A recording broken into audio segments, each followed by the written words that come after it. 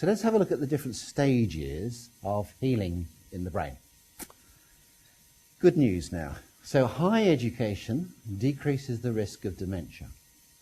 Researchers in California have shown that most 90-year-olds do not have dementia. Okay? Does that mean that most 80-year-olds have got it? And the frightening thing in America is 1 in 2 have. Yes. But if you make it, the good news is if you make it to 90, you're probably all right.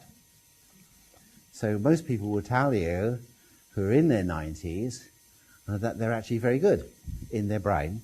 Their bodies aren't so good. They don't have the stamina and maybe have aches and pains physically, but mentally they're very sharp. So if you make it to 90, which of course you all will, or 100, at least we'll keep our brains going. Okay? So keep going for the seminars until then, and then we'll work on the physical aches and pains as we go along. So researchers in California, Arnold Schwarzenegger would be a good example of that, really. I was saying to one of my sons the other day that you don't often see older powerlifters. It's quite dangerous, I think, building too much bulk in the muscles because you don't see many in their 50s and 60s, which is strange. And then he said, what about Arnold Schwarzenegger? And I said, yeah, okay. But we don't know whether his health. But there was a photograph of his mother on her 90th birthday, I think, and she looked absolutely fantastic.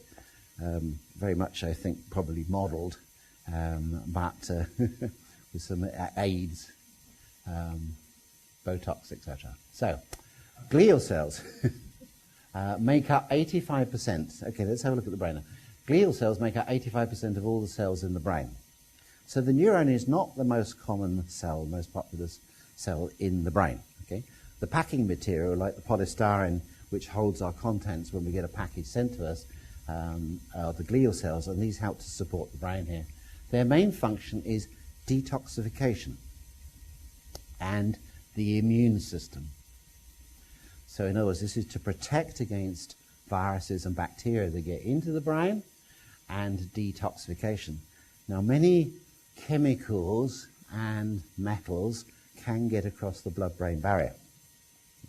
So very frequently, if you get a headache, or you wake up with a headache particularly, or you get a headache after eating, it's probably a chemical within the food that you've just eaten that's got into the blood system within, say, half an hour, and has gone round through the cerebral system and has crossed the blood-brain barrier.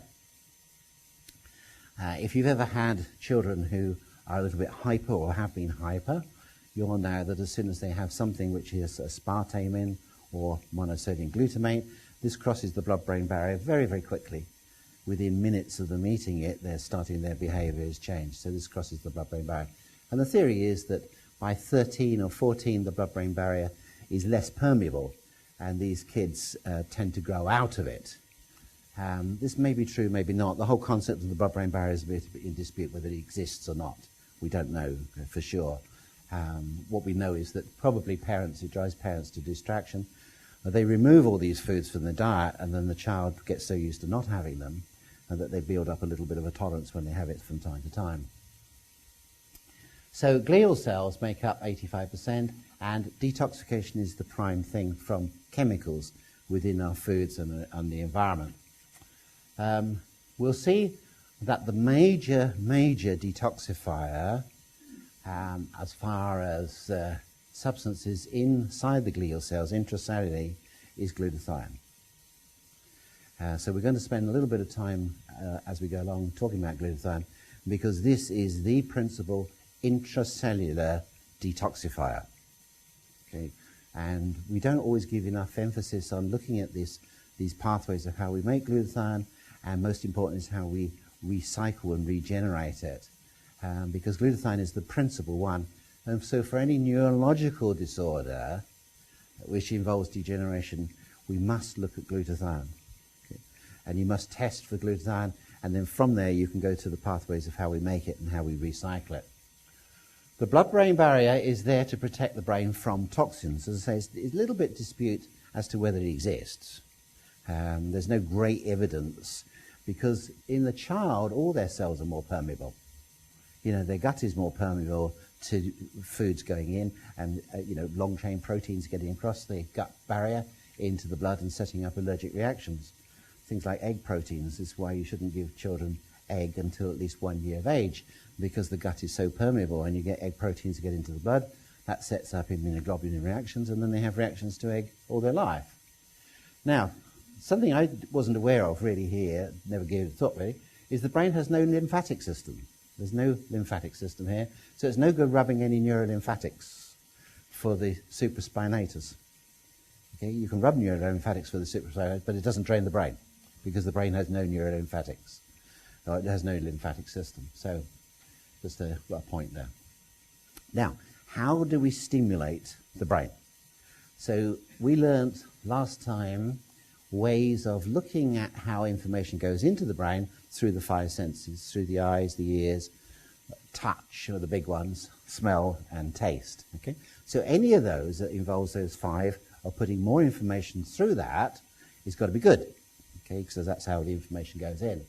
So we can do it through the eyes, and we do the information through the eyes by light. But light has been shown to affect not just the eyes, but the whole of the body system through the light-sensitive tissues in the body called the heme compounds, which includes hemoglobin and all the heme inside our mitochondria.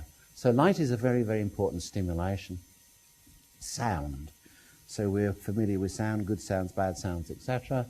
Electricity. One of the things I was reading about was the new PONS device that they're using on people with multiple sclerosis and Parkinson's, which is a device that fits on the tongue. You can read about it on the internet.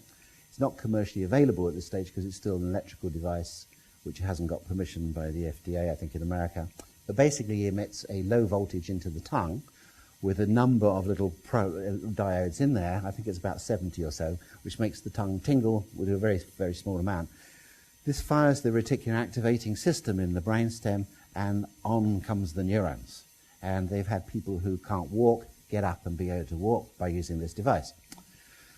That's the good news, which is fantastic. The bad news is when you take it out, after a little while, they go back again. So in other words, it fires up and fires neurons which haven't been working.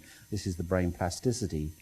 But unfortunately, it doesn't build it. The person has to then do a lot of exercise in their good state to try and hardwire those neurons in. Now, we probably all did this by putting a battery in your mouth. Anybody not do this? Obviously, the flat batteries are better than, more efficient than the long batteries, because it's difficult to get the positive and the negative round in your tongue. But a nice flat battery works a treat. Not to be encouraged too much, because most batteries have got cadmium in there, and you will leak cadmium into your mouth if you do it. But this is an old trick. So I've been informed of students trying to cram learning. You put a battery in your mouth and you can remember so many facts. So if you see people alight, literally, during their exam time, this is it. Now, it's been worked out that 1.5 volts is too much. It's a bit too much for the brain. It has to be less than 3/4 of a volt. Okay? So if you want to try this, don't use a high voltage.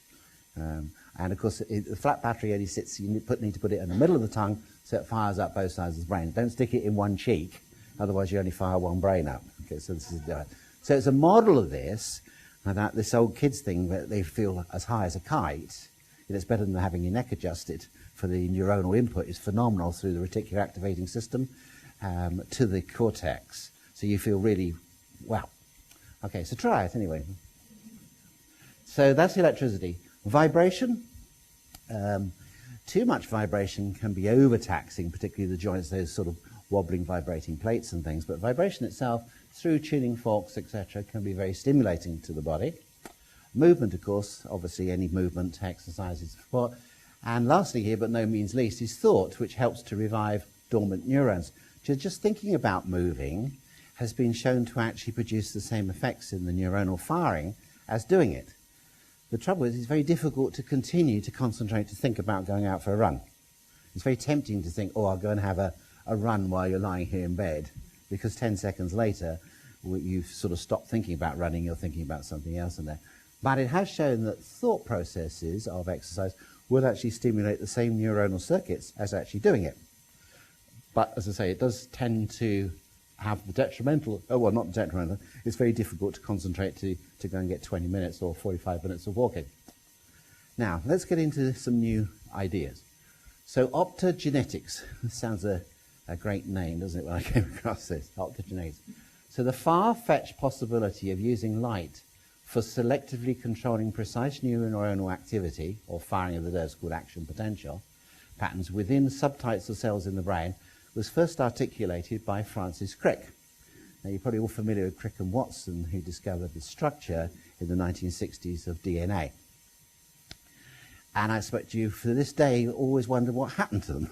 Okay? I didn't know that Crick was a molecular biologist, neurobiologist, so his main interest was in neurons and neuronal fiber.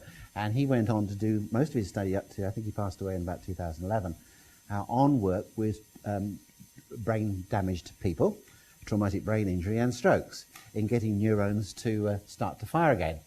So he articulated this in his Kuffner lecture in the University of California, San Diego in 1999. And of course he was considered to be a total nut.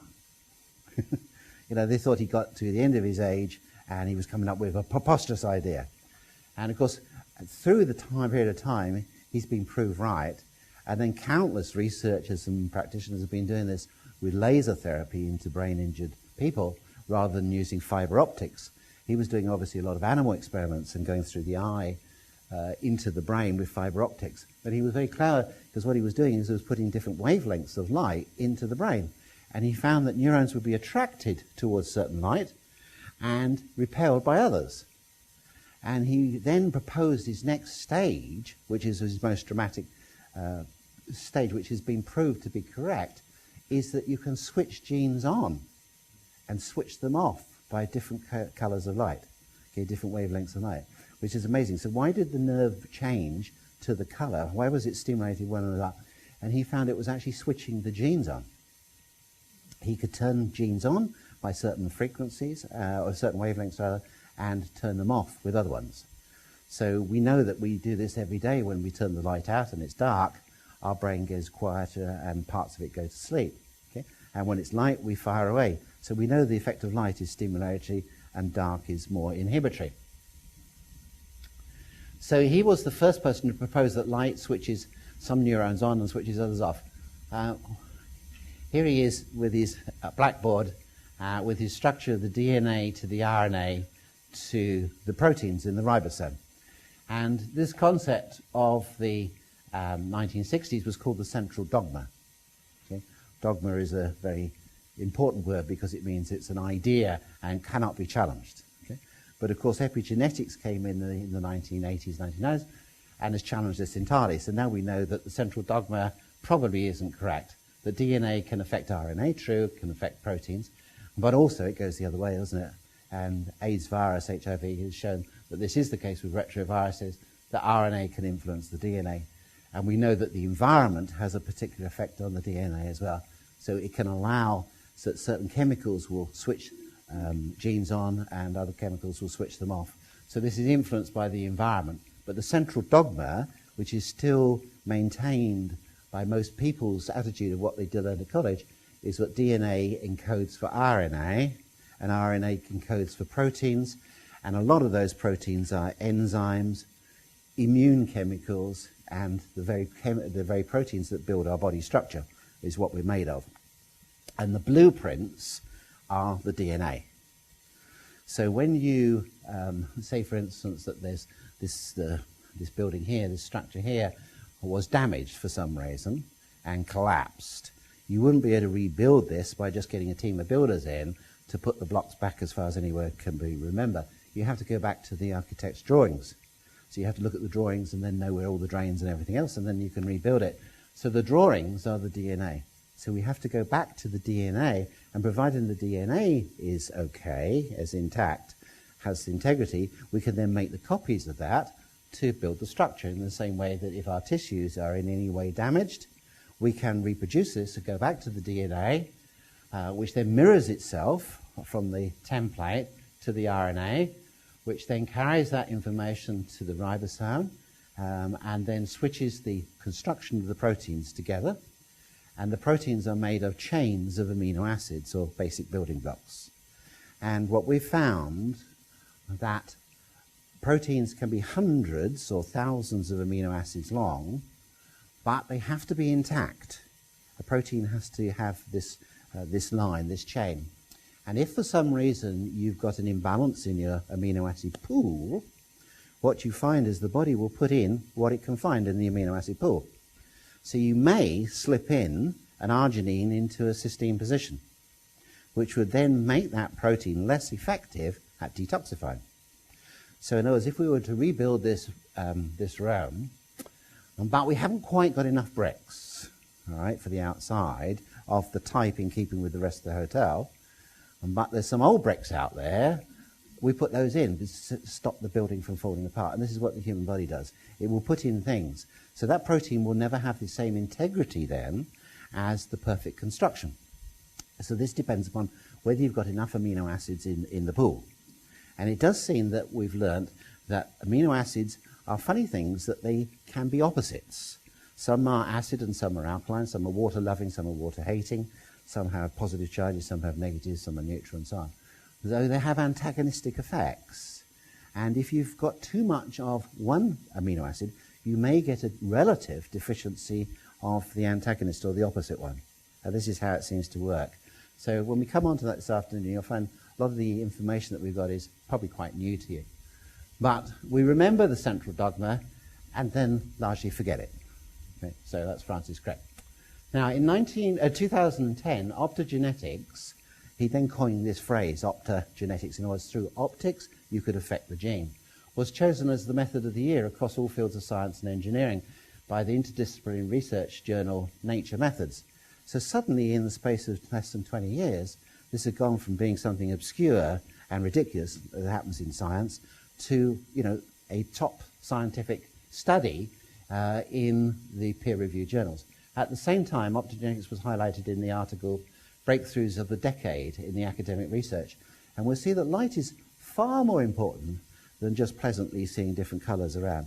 It has a profound stimulatory effect on not just the nervous system, but every cell in the body through particular light-sensitive compounds which are present in every cell. And the main pathway where these are present, the main substance where it is present, is in the mitochondria. So the mitochondria itself is light sensitive. So you can switch mitochondrial function on with light, but also the mitochondria actually produce a light as well. Because 80% of all the energy that we produce in the body, and that's a lot, 80%, is made of heat, goes to heat, just to keep us warm. So on cooler days than today, we operate at 20 degrees above the outside temperature. That's a high degree. So 80% of everything we have to produce goes to heat. And always with heat comes light. But it's of a low luminosity, we can't see it. So whenever you produce light, there's a glow. And we'll explain why that is and what that glow is a little later on. So the first time that you notice your energy level is low is you start to feel cold. So ask your patients, do you feel cold? Oh, yes, all the time. I had somebody Wednesday, who was wearing a cardigan, a woman. I said, do you know what I'm saying? She said, I know it sounds stupid, but she said, I'm a bit cold. And what was it, 32, 33 outside? So amazing, isn't it? Some people feel cold even when the outside temperature is getting close towards body temperature. It has to get to 37, I think, before they say, oh, yes, it's okay. Right. So, number 2, improve the state to regulate and modulate the brain to achieve homeostasis. So homeostasis is what we try to achieve, in other words, a balance. Thoughts turn on some neurons. So we've learnt a little bit that light or wavelengths of light will switch neurons on, but thoughts turn some on and turn others off. And obviously, experiments have shown that this is to do with good thoughts. Positive thoughts will turn neurons on, and negative thoughts will turn off. So positive thoughts, nice thoughts, love being the strongest of those, will turn more neurons on than hate and anger. Once neurons are turned on by thought, then blood flows to the area. They know this by thermography. So the more you're thinking about something, the more blood goes to that area. So the more your brain works in particular areas, and this is how they've been able to map it, the more we know. And this was the basis of Dr. Goodhart's early work with emotional stress reflexes, that he found by holding the points on the pectoralis major, the neurovascular points of the pectoralis major clavicular muscles there, it was the nearest part you could get to the orbital frontal notches, which is the conscious thinking part of the frontal cortex. So by holding those two, he was able to detect little vascular pulsations. And those of you who've done basic applied kinesia, you know when you hold those two and just tug the skin slightly, you get a bum bum bum, bum bum, bum bum bum bum bum bum in one side, and then bum bum bum bum. And you just hold on there until the pulsations stop or are synchronous. And at that point you leave quickly. Okay, don't hold on any longer because they'll start to think. So as the left brain thinks about something, and then the right brain, they get different blood flow in the two lobes. But when they're in harmony, the blood flow is equal. So the pulse in there, the capillary pulse is equal. Quit them while the going's good. Okay, don't stay on there, otherwise they start thinking about other things. But it really helps to calm people down a lot. So thoughts, positive thoughts while they're doing that, having the treatment there, but positive thoughts turn neurons on. Internal neurostimulation using a thought helps the brain to build new circuits. So this is really important, that the more internal stimulation, in other words, the more learning you can do, the better it is. That's why we like to take on a subject which we haven't taught before and spend a few months researching it out and learning about it. And that actually builds neurons and builds dendrites and makes more synaptic connections, and that's how we learn. Neuromodulation is a balance between excitation, this is the firing up of the five senses in there, and inhibition, and quietens the noisy brain.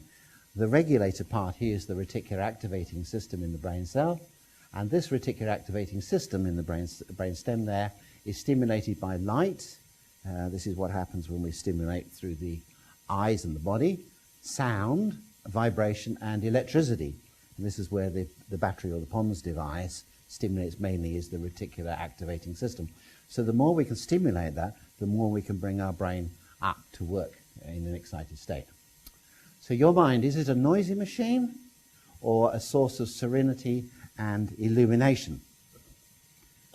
You can tick the box or not. Okay.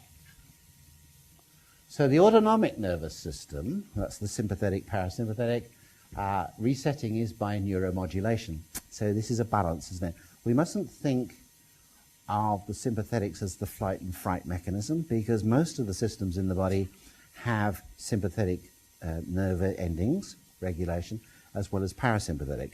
So we tend to think about parasympathetic working on the day-to-day basis, and the sympathetics coming in the flight and fright. It isn't. It's a balance. It's a neuromodulation between the two. What we don't want is an excess sympathetic activity, because this leads to a stress state. In the same way, you don't want a deficiency of parasympathetic or an excess of parasympathetic. So how can you tell this? And the simple answer basically is to use the neurochemicals associated with the two. So we know that noradrenaline is the neurotransmitter for the sympathetic system, and acetylcholine is the neurotransmitter for the parasympathetic system. So if you want to measure a person's overall response, whether they're in modulation or homeostasis, is do they strengthen or weaken to either of those neurotransmitters? Now we know that there's also the points that we can use, the small intestine for low noradrenaline and the heart for high noradrenaline, and the gallbladder for low acetylcholine and the liver for high acetyl. But I prefer to use the actual markers, the neurotransmitters themselves, the vials of that. So basically you're looking to see if any of those strengthen or weaken, then you know you've got an imbalance in the sympathetic, parasympathetic nervous system. So increased parasympathetic leads to rest, digest and repair. Increases sleep, growth and repair, recharges the mitochondria, turns on social engagement systems. So increasing the parasympathetic activity generally is good, but too much can make those neuromuscular junctions go rigid, as we'll see. So a person who's got high parasympathetic will tend to be very rigid, and they need particular exercises to stretch and relax, as we'll see. So we need an autonomic nervous system which is in balance. So neuronal relaxation means letting our brain have a rest from time to time, catch up with sleep.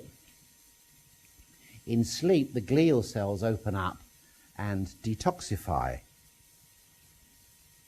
So remember that one of the major functions of the glial cells is to detoxify. So when we're asleep, most of our detoxification in our brain occurs. So it's no surprise to learn at what time this occurs, is it? So it occurs mostly at liver time, when the liver is most active, which is between 1 and 3 o'clock in the morning in the winter. But of course, at the moment, remember, it's 2 till 4 because of 1 hour summer saving time. Okay? So this is the active time when we do most of our detoxification. This is now when you can imagine, we could be stimulating the detoxification through the glial cells here. And maybe if we've had something bad to eat the night before, to drink, and that liver's got more work, or that liver function's got more to do, and so have the glial cells. So if the glial cells are unable to work and detoxify, because when we call it about the liver meridian, we mean what the liver function is, not the liver the organ. Okay, it's what it does, which is detoxification. So when I talk about liver time, it doesn't necessarily mean it's just the liver itself, it's the glial cells in the brain. So if you can't detoxify properly, and remember the major detoxifier there is glutathione, you get a build-up of the toxin which alters the neuronal firing when we're asleep, and we get nightmares or funny dreams. And I expect we've all had funny dreams. So if you get a dream which is totally nonsense or terrifying dreams, then you know it's a disturbed chemistry. So look at what you've eaten during the evening or drunk during the evening before. Okay? But 9 times out of 10 it'll occur at that liver time between 1 and 3 in the morning. So they're 10 times more active. So we detoxify our brain 10 times more when we sleep. And that's why so often a night's sleep does us a lot of good.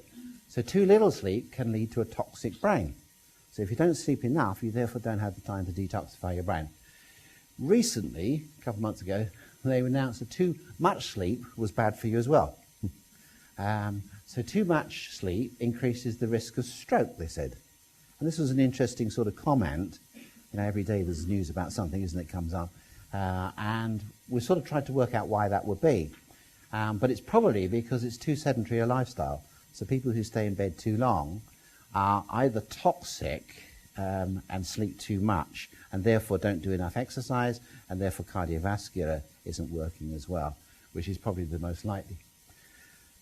I remember Sheldon Deal always telling us years ago that geniuses sleep precisely 7 hours. Okay, so write that down now and set your alarm clock for precisely 7 hours and you'll become a genius. Okay. Now you can't unfortunately force sleep, can you? So Gary was saying this because he went to bed early because he had to get up early to set the cameras up this morning because there was a party on here last night. And so he went to bed about 10 o'clock. But his body wasn't ready for sleep because he probably doesn't go to bed before 12 normally. So you want to go to bed, you want to have your 7 hours sleep to be a genius, but you go to bed and then you can't sleep. Isn't that annoying? And we're going to talk about jet lag and sleep a little bit later on. So too much sleep can be bad. The other thing is that the toxins definitely do build up if you stay in bed. And this is because you come then into the morning time with the large intestine.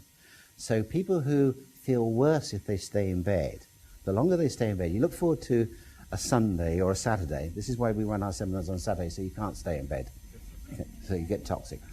If you stay in bed and you feel heavier and tireder for the rest of the day, this is a sure sign of a large intestine problem. Okay? So the longer you stay in bed and the heavier you feel when you get up and you just can't get yourself going at all, this is all the toxins from the large intestine, from the gut, getting into your bloodstream. Okay? And all you want to do is go and sit down and have a sleep. And yet you only just got out of bed. So too much sleep isn't good for you, too little isn't either. So neuronal differentiation and learning. The brain does best in making fine decisions. The brain doesn't work very well when you do rote learning. You can reproduce the numbers very easily with doing the times table and things. It's much more impressive to make it a little bit more complicated.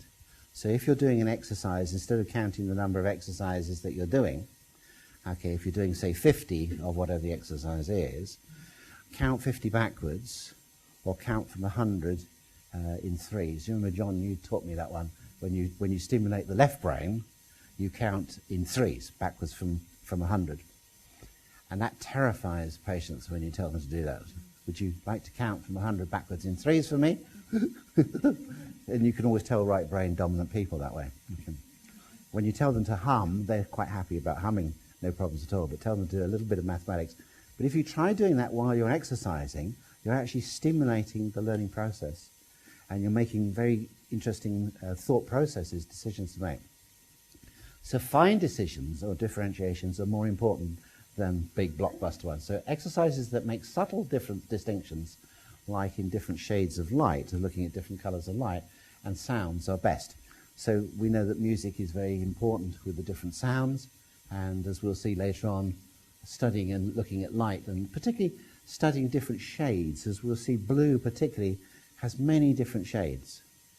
You just look at the sky when it's on a clear day and you see the difference between turquoise at one end to royal dark blue in the middle. So exercises to stimulate each of the neurotransmitters. You can make any ones that you want for this, right? We had a bit of fun concocting these, but we knew the basis of most of them. But the best thing to do is find out what the major neurotransmitter imbalance is. So we'll do that in a little bit later on when we look at the definitive meridian with a person. This is the meridian, which is probably the major meridian that you're born with. So we have a meridian imbalance right from the word go, and we'll see what stimulates that or what produces that a little later. But if you've got a neurotransmitter, got a meridian which is associated with a neurotransmitter, either a deficiency or an excess, you want to be able to work on that.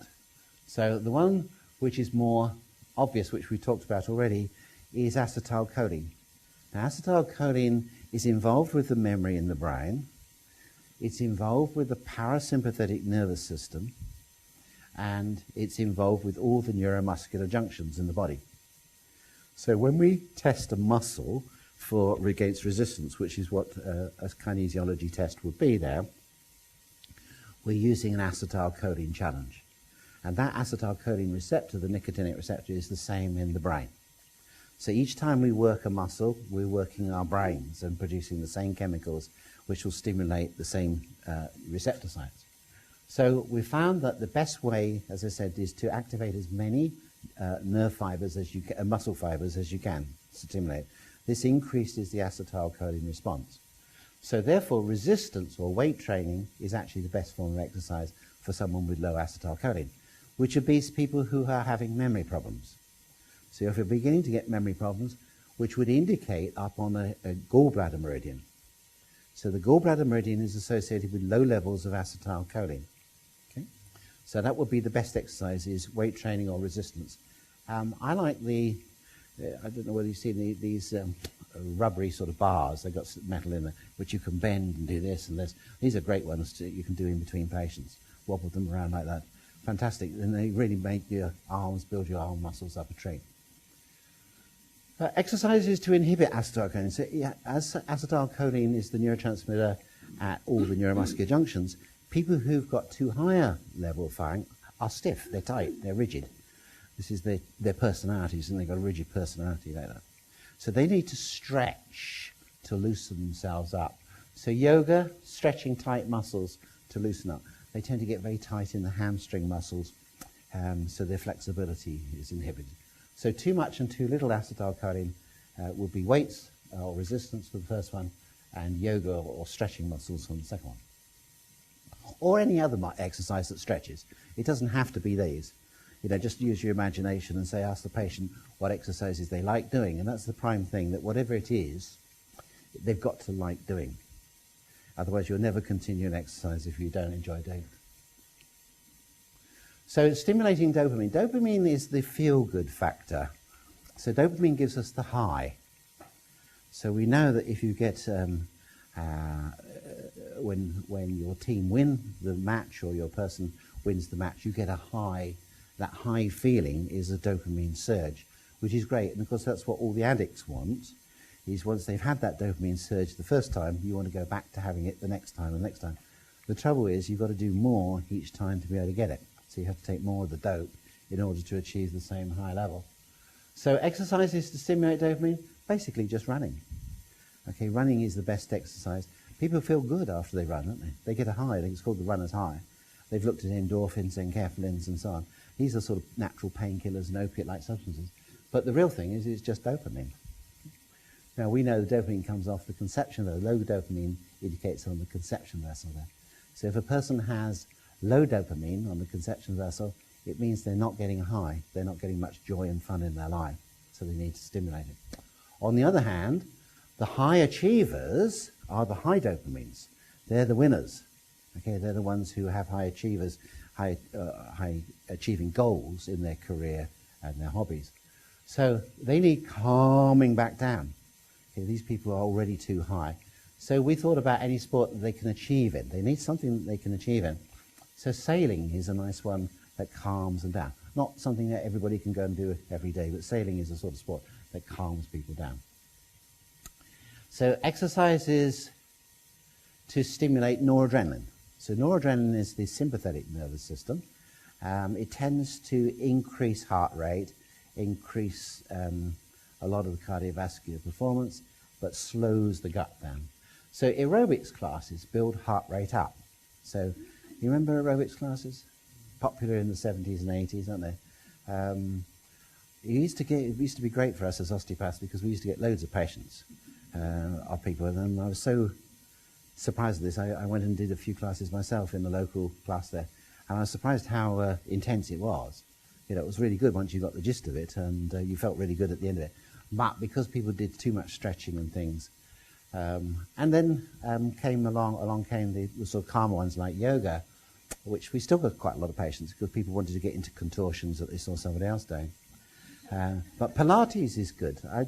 Does anybody get patients from Pilates? I don't get any patients from people who do Pilates. It seems to be really good as far as it's not having neuromuscular strain.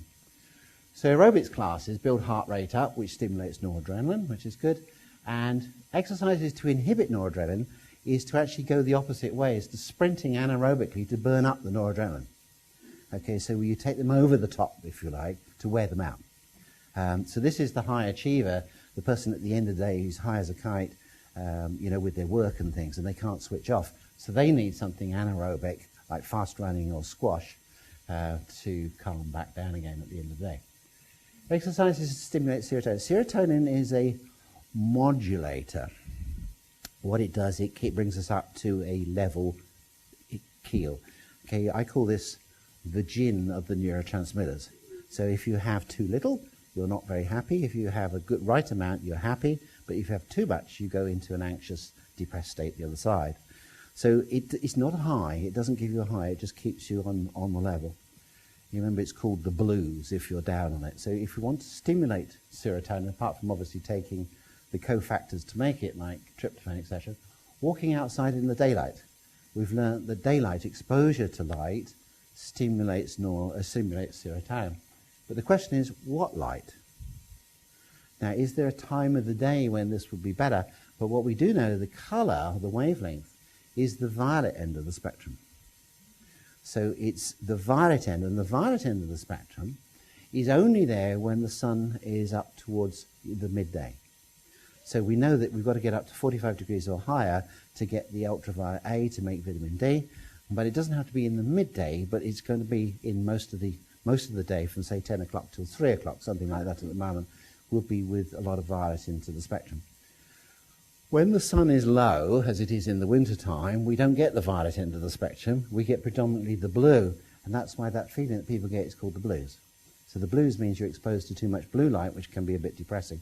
So it's not only light and bright light that cheers people up and increases the serotonin, but it's actually the violet end of the spectrum, so during the mid part of the day. What has been proved time and time again is working with nature is good here as well for serotonin, and helping people, and gardening is one of the best here. So we've all probably got gardens and enjoy that, but it may be just the fact gardening involves going outside into the light. So some of these things are not necessarily for the reason that we think it is. So it may not be anything to do with gardening, but gardening gets us outdoors.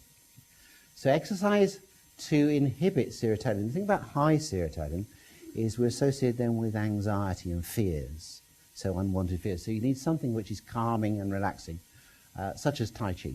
So it can be anything that you want to make up, but just as long as you understand the words, high serotonin, anxiety, fears, therefore we need something calming and relaxing. How to stimulate histamine, which is an arousal. So one of the best things that we came to the conclusion was dancing. So dancing stimulates arousal between two people. Yes? You get the gist of it now, okay. So I'll leave you to work out which type of dancing you want to do and who with. Okay? Try it in the break time. Okay. So exercise to inhibit histamine are to reduce arousal in a person.